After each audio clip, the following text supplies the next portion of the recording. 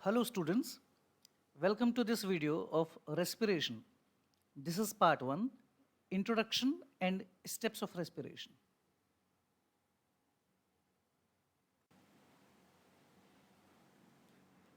सबसे पहले हम देखेंगे definition wise. Respiration is a biochemical process of enzyme mediated stepwise oxidative breakdown of organic compounds inside living cells releasing small packets of energy at various steps. इसका meaning क्या हुआ? Respiration एक biochemical process है. Biochemical, bio क्योंकि living beings में होता है, चाहे वो बड़े या छोटे जानवर हो या प्लांट्स हो या एनिमल्स हो, सब में लिविंग बींग्स में होता है और एक केमिकल प्रोसेस है, इसलिए इसको कहा जाता है biochemical process. Enzyme mediated, enzymes की मदद से ये होता है. स्टेप वाइज हम ऐसा समझते हैं कि डायरेक्ट एनर्जी रिलीज होती है, लेकिन एक्चुअली ये एक स्टेप वाइज प्रोसीजर है जिसको हम आगे देखेंगे अभी. ऑक्सीडेटिव ब्रेकडाउन, क्योंकि ऑक्सीजन की मदद से जो फूड होता है या रेस्पिरेटरी सबस्ट्रेट होता है वो ब्रेक डाउन हो जाता है और ये जो रिएक्शन है ये सेल्स के अंदर होता है. It releases a small packets of energy at various steps, और जैसे जैसे ये अलग स्टेप में होता है वैसे एनर्जी रिलीज करता है. तो बेसिकली रेस्पिरेशन एक ऐसा प्रोसेस है जिसमें एनर्जी रिलीज होती है. हमको हमारी बॉडी को, चाहे वो जानवर हो, बड़े जानवर हो या छोटे जानवर हो, प्लांट्स हो, एनिमल्स हो, माइक्रो ऑर्गेनिजम्स हो, उनको वेरियस फंक्शंस परफॉर्म करने के लिए एनर्जी की ज़रूरत पड़ती है और वो एनर्जी रिलीज होती है इस प्रोसेस में. This is called respiration. It is there for a catabolic process. Catabolic क्या होते हैं? हमारी बॉडी में नॉर्मली दो प्रकार के रिएक्शंस होते हैं. एक जिसमें छोटे मोटे कंपाउंड्स मिलके एक बड़ा कॉम्प्लेक्स कंपाउंड बनाते हैं जिनको हम कहते हैं एनाबॉलिक प्रोसेसेस, और एक होता है जिसमें कुछ बड़े मॉलिक्यूल्स होते हैं और वो ब्रेक डाउन होके टू और मोर सिंपलर सब्सटेंसेस में टूट जाते हैं या ब्रेक डाउन हो जाते हैं. इनको हम कहते हैं कैटाबॉलिक प्रोसेस. तो रेस्पिरेशन में एक बड़ा मॉलिक्यूल टूट के छोटे पार्ट्स में डिवाइड हो जाता है और एनर्जी रिलीज होता है इसमें, इसीलिए इसको एक कैटाबॉलिक प्रोसेस कहा जाता है. The organic compounds that undergo oxidative breakdown in respiration are called respiratory substrate. वो compounds जिनमें ऑक्सीडेशन होता है या जो टूटते हैं और एनर्जी रिलीज करते हैं वो कहलाते हैं रेस्पिरेटरी सबस्ट्रेट. आप समझ सकते हैं as a raw material.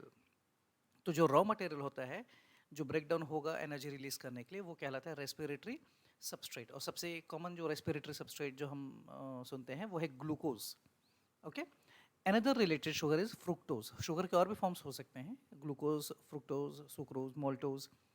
Glucose is formed by hydrolysis of storage carbohydrate like starch in plants and glycogen in animals. हमारे दूसरे वीडियोस में हमने देखा है कि ग्लूकोज जो है वो कई फॉर्म्स में होता है हमारी बॉडी में. जो हम एनिमल्स हैं हमारी बॉडी में नॉर्मली ये ग्लाइकोजन के फॉर्म में स्टोर होता है और प्लांट्स की बॉडी में ये स्टार्च के फॉर्म में स्टोर होता है. तो oxygen and carbon dioxide are called respiratory और मेटाबॉलिक गैसेस. वो जो ग्लूकोज है अलग अलग फॉर्म्स में वो यहाँ पे रेस्पिरेटरी सबस्ट्रेट का काम करता है जो रिलीज करेगा एनर्जी. और इसमें जो गैसेस इन्वॉल्व होती है वो होती है ऑक्सीजन एंड कार्बन डाइऑक्साइड. इनको कहा जाता है रेस्पिरेटरी गैसेस या metabolic gases. Energy liberated during oxidative breakdown of the respiratory substrate is partly stored in ATP. इस रिएक्शन में, क्योंकि ऑक्सीजन की मदद से होता है, इसको हम कहते हैं ऑक्सीडेटिव ब्रेकडाउन. तो इस रिएक्शन में जितनी भी एनर्जी रिलीज होती है वो एटीपी के फॉर्म में स्टोर हो जाती है. एटीपी का फुल फॉर्म होता है एडिनोसाइन या adenosine triphosphate. Triphosphate, ADP is diphosphate, ATP is adenosine triphosphate. हमारे बॉडी में जो भी एनर्जी होती है वो एटीपी के फॉर्म में कन्वर्ट होती है. Okay. The rest is dissipated as heat. तो बॉडी को जितनी एनर्जी एब्जॉर्ब करना होता है वो बॉडी कर लेती है और जो एक्स्ट्रा एनर्जी रहती है वो डिसिपेट हो जाती है यानी रिलीज हो जाती है हीट के फॉर्म में. दैट मीन्स रेस्पिरेशन के बाद हमारी बॉडी से ऐसे हीट के फॉर्म में वो रिलीज हो जाएगी. इसका रिएक्शन होता है C6H12O6. इसको हम कहते हैं ग्लूकोज नॉर्मल भाषा में, इसी को हम कहते हैं ग्लूकोज प्लस, क्योंकि हमने ऑक्सीजन की मदद से ब्रेक डाउन किया इसीलिए +6O2. और रिएक्शन होने के बाद ये ब्रेक डाउन हो जाएगा into 6CO2 that is carbon dioxide plus H2O that is water and 38 ATP of energy. 38 ATP of energy. इसका मतलब इसमें जो फूड सबस्ट्रेट रहता है ये रेस्पिरेटरी सबस्ट्रेट जिसको हम कहते हैं ग्लूकोज वो ऑक्सीजन के साथ मिलता है और इस रिएक्शन में कार्बन डाइऑक्साइड और वाटर वेपर प्रोडक्ट होते हैं और साथ में बहुत सारी एनर्जी रिलीज होती है। तो रेस्पिरेशन एक बेसिक प्रोसेस है जिसमें एनर्जी रिलीज होती है ऑक्सीजन की मदद से। Now, energy is stored in ATP is used in carrying out different biological functions required for survival and maintenance of organisms like contraction in muscles, conduction in nerves, maintenance of protoplasmic structures, membrane permeability, biosynthesis, etc. हमारी body में जो भी energy store होती है वो कई कामों में इस्तेमाल होती है। जैसा कि आपने देखा होगा वॉच या वॉल क्लॉक या हमारी गाड़ियाँ, ये सब जितनी भी है ये सेल से चलती है। सेल या बैटरी, चाहे वो अलग अलग शेप्स की होती है, साइजेस की होती है, लेकिन इन सब को परफॉर्म करने के लिए एनर्जी की ज़रूरत पड़ती है। बिल्कुल वैसे ही जो लिविंग ऑर्गेनिज्म भी होते हैं उनको अपने सर्वाइवल के लिए और मेंटेनेंस के लिए जो, क्योंकि हम दौड़ते हैं, भागते हैं, चलते हैं, बोलते हैं, इन सब के लिए हमको एनर्जी की ज़रूरत पड़ती है। और ये एनर्जी आती है उसी एटीपी से और वो बनता है रेस्पिरेशन से। ATP functions as energy currency in various cellular activities. आप इसको ऐसा मान सकते हैं जैसा हम हर चीज़ को मेजर करने का काइंड ऑफ यूनिट होता है। जैसा अगर आपको हाइट नापनी है तो फीट में नापी जाती है, डिस्टेंस को मेजर किया जाता है मीटर्स में। बिल्कुल वैसे ही एनर्जी को हम बोलते हैं कि हम ATP में उसको मेजर करते हैं बॉडी में, कि हमारे बॉडी में 4 ATP, 6 ATP, 10 ATP एनर्जी है। ओके, तो ATP आप समझ लीजिए एनर्जी के छोटे छोटे पैकेट्स बना के रख लेती है बॉडी और फिर उसको अलग अलग समय पे यूज़ किया जाता है। Easily available respiratory substrate is essential for liberation of energy required for the body activities. खास बात यह है रेस्पिरेटरी सबस्ट्रेट होना ज़रूरी है। ऑक्सीजन जो है वो उसको ब्रेक डाउन करेगा, लेकिन उसको ब्रेक डाउन करने के लिए कुछ ना कुछ रेस्पिरेटरी सबस्ट्रेट चाहिए। If you have not taken food the whole day, that means glucose अगर होगा तब तो ठीक है। इन केस अगर ग्लूकोज नहीं होगा तो, या आपने दिन भर खाना नहीं खाया, you will feel weak and lazy because of the reduced availability of respiratory substrate, hence insufficient amount of energy. इसका मतलब ऑक्सीजन तो है बॉडी में, लेकिन उसको ब्रेक डाउन करने के लिए रेस्पिरेटरी सबस्ट्रेट नहीं मिलता है, जिसके कारण ये रिएक्शन ठीक से नहीं होता है और एनर्जी या तो रिलीज नहीं होती है या इनसफिशिएंट होती है। Rate of breathing also indicates the amount of energy being liberated. Rate of breathing क्या होता है? जिस हिसाब से जिस रेट से हम सांस लेते हैं, याद रखेंगे ब्रीदिंग और रेस्पिरेशन दो अलग अलग फिनोमेनन है। ओके, ब्रीदिंग मीन्स सिर्फ सांस अंदर लेना, इनहेलेशन, एंड सांस छोड़ना दैट इज रिलीज करना is exhalation. So only taking in of oxygen and giving out carbon dioxide is called breathing. Respiration में ये डिटेल प्रोसेस होता है जिसमें जो हमने सांस ली वो जो ऑक्सीजन है वो अंदर जाके फूड सबस्ट्रेट को जलाती है और एनर्जी भी रिलीज करती है। ओके, ब्रीदिंग सिर्फ सांस लेने और सांस रिलीज करने से रिलेटेड होता है। ब्रीदिंग रेट का मतलब होता है नॉर्मली किस स्पीड से ये होती है। तो अगर कोई एडल्ट ह्यूमन बीइंग है और रेस्ट पे है तो नॉर्मल टाइम पे वो 12 to 14 टाइम्स पर मिनट होती है। Rate of breathing is nearly 12 to 14 times पर मिनट। एडोलेसेंट अगर कुछ यंग लोग हैं तो 14 to 18 पर मिनट, थोड़ी सी ज़्यादा, और एकदम छोटे बच्चों में इसका रेट सबसे ज़्यादा होता है, दैट इज़ 18 to 22 पर minutes. During activity the rate of breathing increases, ये नॉर्मल रेट है। लेकिन अगर आप कोई एक्टिविटी कर रहे हैं, स्विमिंग, जॉगिंग, वॉकिंग, इस प्रकार की कोई एक्टिविटी कर रहे हैं, हैवी एक्सरसाइजेज, तो उस समय रेट ऑफ ब्रीदिंग आपका बढ़ जाता है।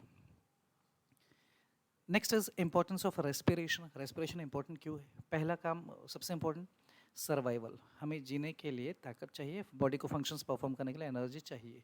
तो सर्वाइवल के लिए बॉडी सेल्स को सर्वाइवल के लिए एनर्जी चाहिए, इसलिए रेस्पिरेशन ज़रूरी है। मेंटेनेंस ऑफ टेम्परेचर, हमने पढ़ा कि रेस्पिरेशन में एनर्जी रिलीज होती है और जो बॉडी एब्जॉर्ब कर लेती है प्लस एक्स्ट्रा एनर्जी को हीट के फॉर्म में डिसिपेट करती है। तो हमको जब तक जिंदा रहते हैं तो बॉडी एक फिक्स टेम्परेचर मेंटेन करती है, वो टेम्परेचर मेंटेन करने में रेस्पिरेशन इंपॉर्टेंट होता है। Third is excretion. बॉडी में क्या चीज़ें काम की है, दैट मीन्स ऑक्सीजन लेती है सेल्स और अलग अलग रिएक्शंस में जो कार्बन डाइऑक्साइड रिलीज होता है एज ए वेस्ट प्रोडक्ट, उसको एक्सक्रीट करना। एक्सहेलेशन के समय जो हम सांस रिलीज करते हैं उसमें कार्बन डाइऑक्साइड की मात्रा ज़्यादा होती है, इसीलिए उसको बॉडी से हटाने का काम भी रेस्पिरेशन से होता है। एसिड बेस बैलेंस, ये एक और फंक्शन है रेस्पिरेशन का। हमारे बॉडी में बहुत सारे प्रकार के सब्सटेंसेस होते हैं, उनमें से कई एसिड्स होते हैं, कई बेसिस होते हैं। रेस्पिरेशन जब रिएक्शन होता है तो वो उन चीज़ों की क्वांटिटी को बैलेंस कर देता है कि क्या चीज़ें ज़्यादा है और क्या चीज़ें कम है। इंटरमीडिएट्स, नेक्स्ट प्रोसेस है इंटरमीडिएट्स। इंटरमीडिएट यानी ये बीच का काम करता है। अगर हमारी बॉडी के फंक्शंस के लिए, कि हमारी बॉडी को बहुत सारे फंक्शंस करने हैं, लेकिन अगर ये बीच में प्रोसेस नहीं होगा तो एनर्जी रिलीज नहीं होगी और वो दूसरे जो इंपॉर्टेंट काम है वो नहीं हो पाएंगे। Next is backflow of blood and lymph. इसके अलावा ब्लड और लिम्फ आगे पढ़ेंगे हम, दूसरे चैप्टर्स में भी है वो आपको, उसके बैकफ्लो को रोकता है ये। एक्सचेंज ऑफ गैसेस, जो हमने पढ़ा रेस्पिरेटरी गैसेस होती है, कार्बन डाइऑक्साइड और ऑक्सीजन, उनके एक्सचेंज में मदद मिलती है हमें रेस्पिरेशन से। Next part is our steps of respiration. In higher animals, respiration consists of 4 steps, that is breathing, external respiration, internal respiration and cellular respiration. अभी हमने थोड़ी देर पहले देखा था ब्रीदिंग। ब्रीदिंग का मतलब होता है एक चीज़, और स्टूडेंट्स अक्सर लिखते हैं कि taking in of oxygen and giving out carbon dioxide, जबकि ऐसा होता नहीं है। आपको लिखना चाहिए taking in of oxygen rich air.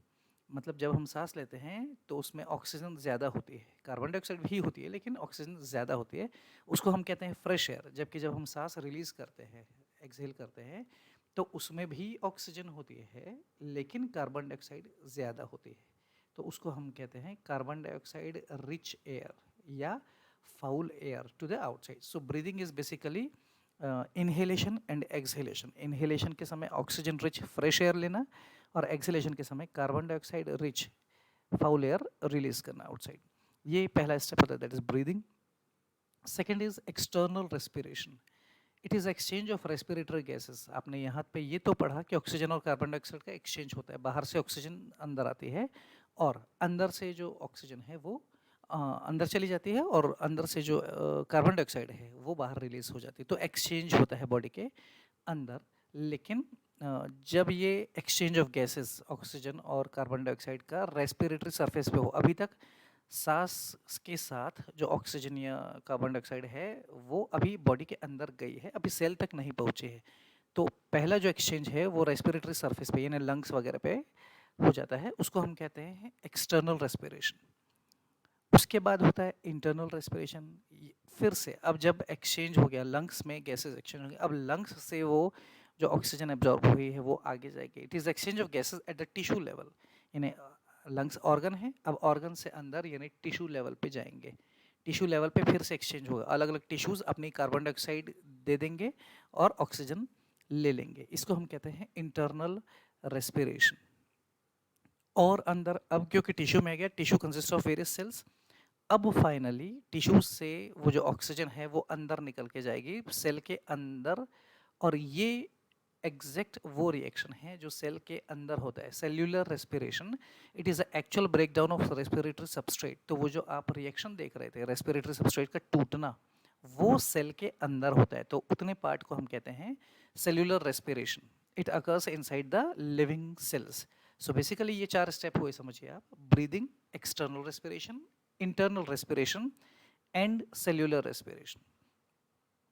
कुछ जीव जंतुओं में direct respiration, it occurs in those cases where there is a direct exchange of gases between the cells of the organism and its environment. जिनकी बॉडी में ऐसे cell से बड़े tissues, उससे बड़े ऑर्गन या ऑर्गन सिस्टम नहीं होते हैं। जो हायर एनिमल्स हैं उनमें तो होते हैं, लेकिन जो लोअर ऑर्गेनिजम्स हैं उनकी बॉडी में इतने हायर सिस्टम्स नहीं होते हैं, तो उनके बॉडी में भी एक्सचेंज ऑफ गैसेस होता है लेकिन directly. For example in case of amoeba भी देखा होगा आपने, क्योंकि वो सिंगल सेलुलर ऑर्गेनिज्म है, यूनिसेल्युलर है, उसकी बॉडी में अलग अलग टिश्यूज या ऑर्गन्स नहीं होते, तो डायरेक्ट एक्सचेंज होता है बाहर से बॉडी के अंदर, ये उनके सेल मेम्ब्रेन वगैरह के थ्रू होता है, तो डायरेक्ट रेस्पिरेशन कहलाता है ये। और ये पाया जाता है कुछ प्लांट्स में, अमीबा में और कुछ लोअर एनिमल्स में, और इनके केस में ब्रीदिंग और एक्सटर्नल रेस्पिरेशन वाले स्टेप्स नहीं होते हैं। इनडायरेक्ट रेस्पिरेशन जो हम अभी देख रहे थे, it occurs in animals where transport system is involve, जहाँ बॉडी में बाकायदा ट्रांसपोर्टेशन सिस्टम मौजूद है in carrying gases between the cells. और यहाँ पे जो नसें होती है वो अंदर गैसेस को एक्सचेंज करने के लिए ले जाते हैं, ऑक्सीजन और कार्बन डाइऑक्साइड को जो एक्सचेंज करने के लिए गैसेस जो है वो अंदर जाती, carrying gases between the cells and the respiratory surfaces.